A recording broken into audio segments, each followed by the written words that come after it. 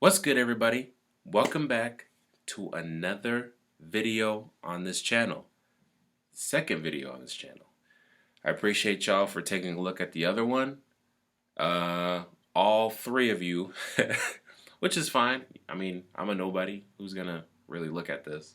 But hopefully this channel is gonna change that and help me to become more of a voice actor.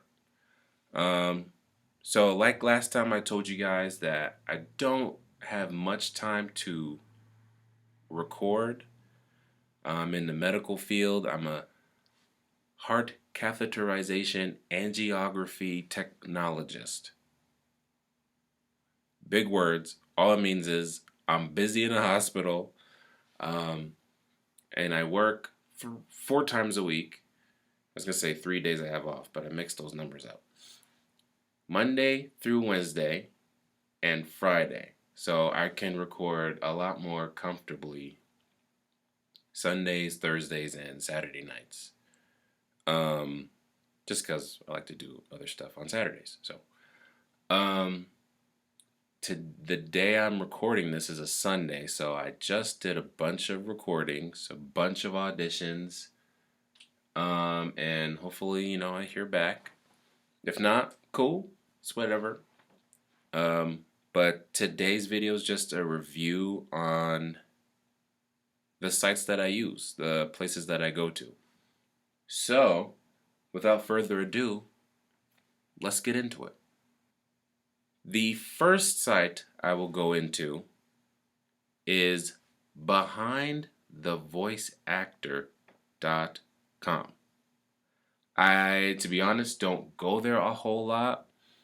I don't see a lot of paid work, and recently I've seen that they're gonna kind of stop putting casting calls on there. So it wasn't one that I used too much anyway, so I'm like, goodbye, Like, I'm not emotionally invested in that site, so that's how that goes. But with that site, before, I was able to, you go to several links and you can select what kind of project you're looking for, whether it's commercial, narration, podcast, animation, what have you. But most of the time it's free stuff, and according to all the podcasts I listen to, free when you're starting out isn't a good idea. Let me rephrase that. Free in general, like free jobs, isn't a good idea. So you want to make sure that you're getting paid for the work you're doing. Like every audition, every time you're recording, even right here, it's practice. It's getting used to the microphone. It's getting into that mindset that, hey, you got to be in front of a camera or a mic and make sure that you're comfortable. So I'd say all practice is good practice, but don't work for free, because especially with my unique situation, I don't have that much time to invest in a free project, which I have done. I have gotten free jobs, but I'm going to stop that just because even in my limited time doing this, I've officially begun this, oh my gosh, almost last year in October. Wow. So, and a lot of people come back to you and are like, hey, can you do some more lines for me? Thanks. And I'm like, I don't have time to work for free. So, stop that. Yeah, so that's my limited amateur advice on voiceover. Just don't do it for free. So, another site I use is voiceactingboards.net. This one I had to kind of dig deep and research for, but there are 2 different subject lines or headings in that website. I'm not looking at it right now, so I apologize if I'm butchering it. But one's unpaid The other one, paid. As I just mentioned, I don't even look at unpaid. I go straight to paid. And I've done many auditions off of there. Um, and they're pretty good. I I get a good decent amount of auditions on there. Because I'm new at the game, because I don't have like I have a space dedicated to it, but it's not a good space. Like I have a moving blanket and I get a what is this, a clothing rack? I'm looking right at it. It's off camera. But I stick it behind me and I put this whole thing over me and get better sound that way. It's good, but it's not the best, you know?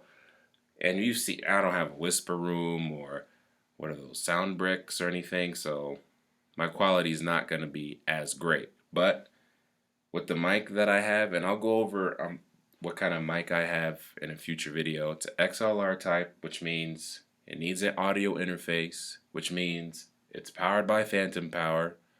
So with that, all these little knobs on it, here, I'll just lift it up real quick. Sorry if the audio goes weird, but this way. Yeah. So one of the knobs on here is called gain 1. So you can turn it down or up depending on how much signal that's needed. The signal being my voice into the mic. So because this is a less expensive mic, it has a lot of self noise, which just means it's not as quiet as those expensive ones. So I turn it way down and then just kind of project so that, yeah, I'm heard without all the bad noise. I will be working on that. I will be working on a better space. I have some things together. Maybe I'll even do a countdown to the build. You know what I'm saying? So, yeah, stay tuned for that. Another place I go to look for work, believe it or not, Twitter. Twitter has a lot of stuff out there. A lot of paid/unpaid stuff. I don't mean to be a broken record. I only look for the paid stuff. And I've heard back from several guys thinking, hey, you have good audio, just not looking for you right at this time. Cool. Great. I'm like, okay, so the moving blanket's working. Having this blanket fort over my head is actually doing good things. And I've heard, correct me if I'm wrong, type in the comments, Raya the Last Dragon, some of the sound bites, because it was made during COVID, was in somebody's closet or under a blanket. Confirm or deny. Somebody let me know, because, the internet's never wrong. But about Twitter, yeah, there's a way to search for things. So you just say hashtag casting call or hashtag voice actor, voice acting, whatever. And stuff usually pops up. And I've heard back from several people about jobs. So that's cool for me. But yeah, again, I go straight to the paid stuff. I try not to do anything that's unpaid unless it's like a passion of mine. I'm not gonna do it. It's just that simple. But yeah, Twitter. And I never had a Twitter before this, so I'm just trying to get my networking, my branding out there, which, this is early stage stuff. So hopefully I could see a progression on YouTube.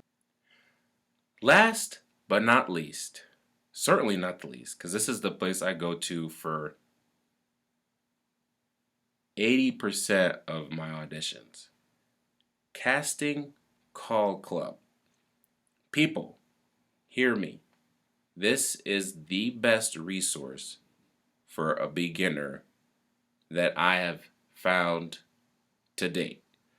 I've had almost 90 plus auditions on there, most of them for free. I started the free stuff before. Then I, you know, took a couple classes. Thanks to Casting Call Club, they have so many classes that are readily available. I have to be strategic in the days that I'm able to attend class, but the ones that I've taken already, like I took a VO 101 class. So good. John Wang was my teacher. So nice, so supportive. Explained whatever questions you had. Um yeah, just like one of the building blocks to the career. Just establishing a good foundation was that class. And that's on Casting Call Club.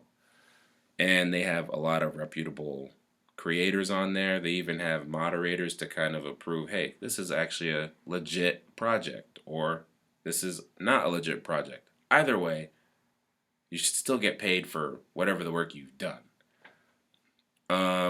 What else is on there? There's like business classes and VO 102 and VO 103, like those stepping stones to getting to be a better actor, because that's what voice acting is. It's about acting. Don't get it twisted. At least that's what I've heard. And it makes sense. So, I'm rambling at this point. I don't have my notes in front of me, but that's the sites that I use. And I mean, all of them are reputable. Like, I've heard great things from other people. So, what can I say?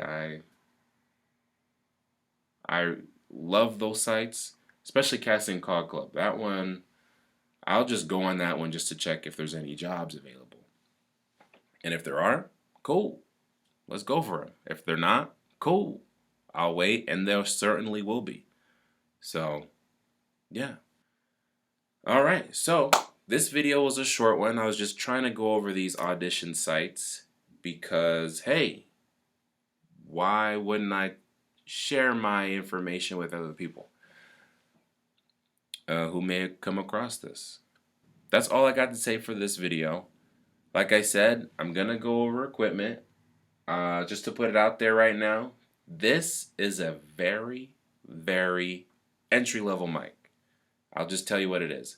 Toner TC20. It's XLR, like I said, and it's attached to my Behringer audio interface. So if you guys want to check those out, sure, I'll leave a description below, but I will go ahead and review those for you in a later video. Don't know when, but I will. And the classes I've taken several, and I will be reviewing those. Non-spoiler, of course, because our teachers, the people, the studios that set it up, they got to make a living too. So I'm not going to give up all their secrets. I even got notes and stuff. So, yeah, I'll go over that and much more in later videos. So until next time, you guys take care. Peace.